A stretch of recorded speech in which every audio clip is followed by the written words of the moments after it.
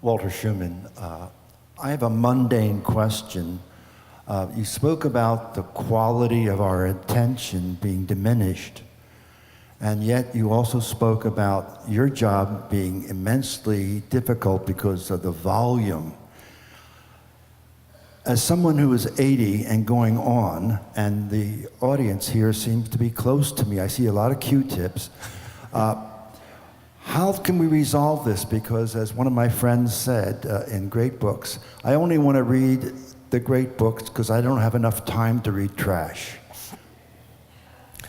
Well, and I think all of us feel that at whatever, I mean, maybe not, in our teens and 20s when we think we'll be able to do everything. But I think, and it is one of the ways that I try to make myself useful as a critic is to give some information that might help in making that decision. Which isn't to say that I have no idea what anyone reading, what their taste is, what they might or might not like. But if I can give them a clear and coherent enough account of mine, of what I think, then maybe they can have some basis for comparison. And I think it's one of the reasons that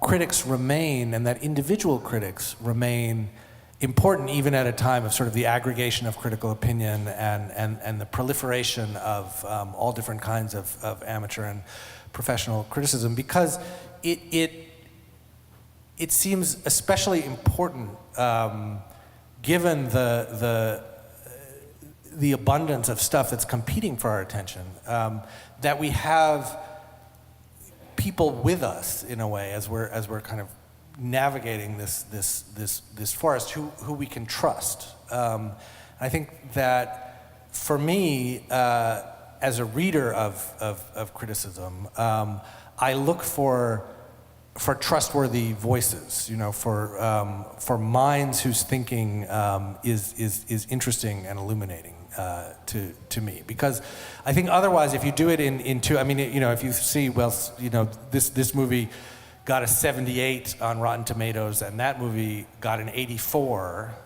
you say, okay, well, the 84, it must be that much better.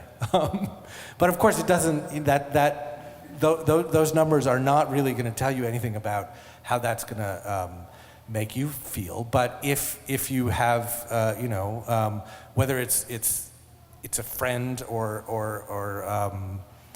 something that someone, or a writer, if there's someone whose opinion is interesting to you, whose judgment you trust, even if you don't agree with it, that might be helpful.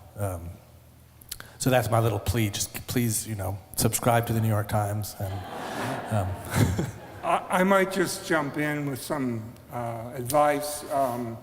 The critic Roger Ebert, at a certain point in his career, started writing these longish essays about what he considered to be great classic movies.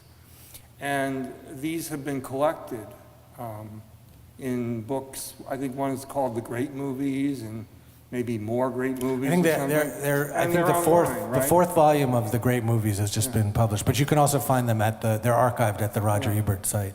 And so, like if you're looking for a list and some information about those movies, that might not be a bad place to start. And also, in that case, that's another example, because you can see the movies and then, because it's a list that some of those are sort of consensus masterpieces, but some of those are just movies that Roger really loved. And it's wonderful to read the essays, even if you see the movie and you think that's a great movie, I don't get it. And then you go back and read his essay, and it may not change your mind, but it does kind of elevate the experience in a way, to understand why a movie like Trains, Planes, and Automobiles, which is in, I think, volume 2, like, why is that a great movie?